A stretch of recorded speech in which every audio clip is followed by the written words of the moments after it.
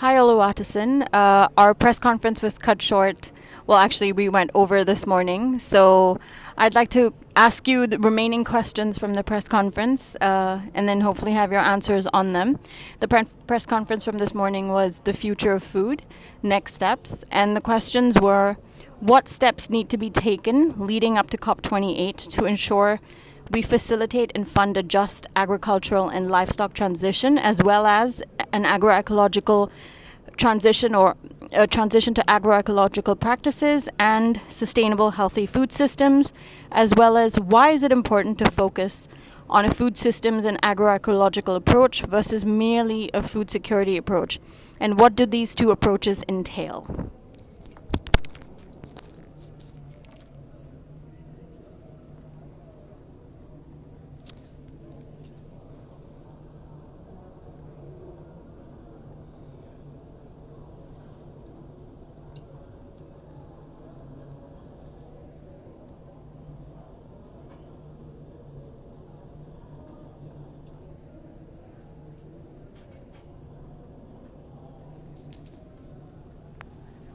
Yeah, thank you very much for the questions.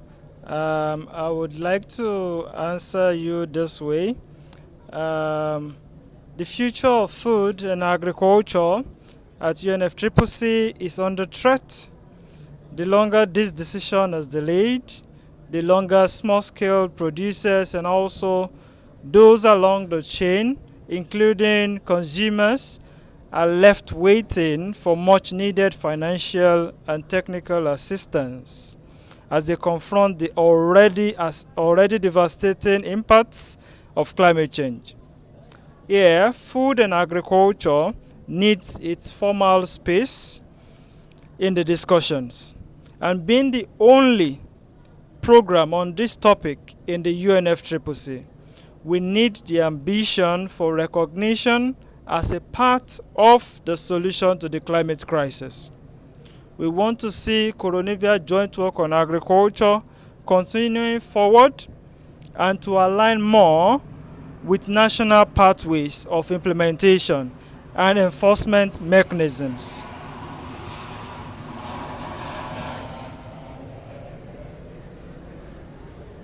We must address the inequalities, and vested interests baked into so many of the existing systems we have today. Coronavia Joint Work on Agriculture needs to design tools to support ground-level and small-scale producers and further recognize indigenous people as right holders as opposed to simply being considered one among many stakeholders.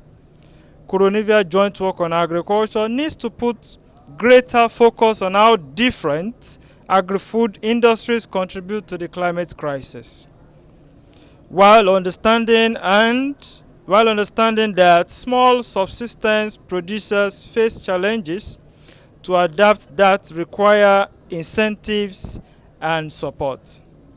It further needs to adopt a food systems perspective to ensure a holistic approach. We as youth demand for the following to be incorporated. The need to precisely define youth, women, and other vulnerable groups as relevant stakeholders. As youth, we wish to be brought in as we are already doing the work to transform food and agriculture, whether we have been invited to the table or not.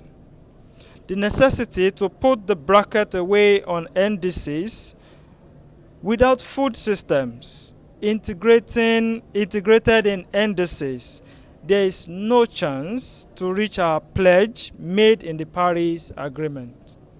We urge parties to adopt a food systems perspective in order to include not just producers, but also distributors and consumers. Moreover, we would like to stress the importance of using future workshops as an opportunity to discuss key topics for the future of Coronavia, which includes agroecology, food loss and waste, and sustainable consumption and diet.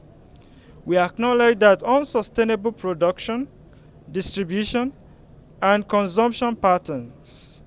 Should be an emphasis on consumption of climate-friendly foods in order to support climate emission reduction efforts. Our food systems are failing us, and so are our leaders. We need to collaborate rather than compete. Just like youth, parties need to work together to collaborate.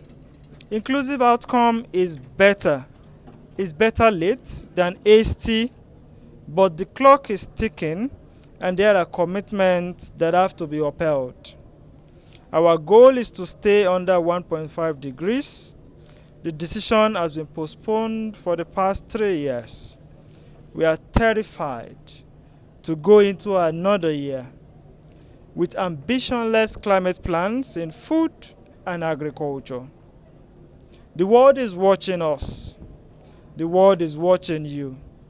We as youth are watching you. We demand for a decision to be made here in Egypt at COP27, the implementation COP. Not reaching an agreement would deem this COP as a failure. Thank you.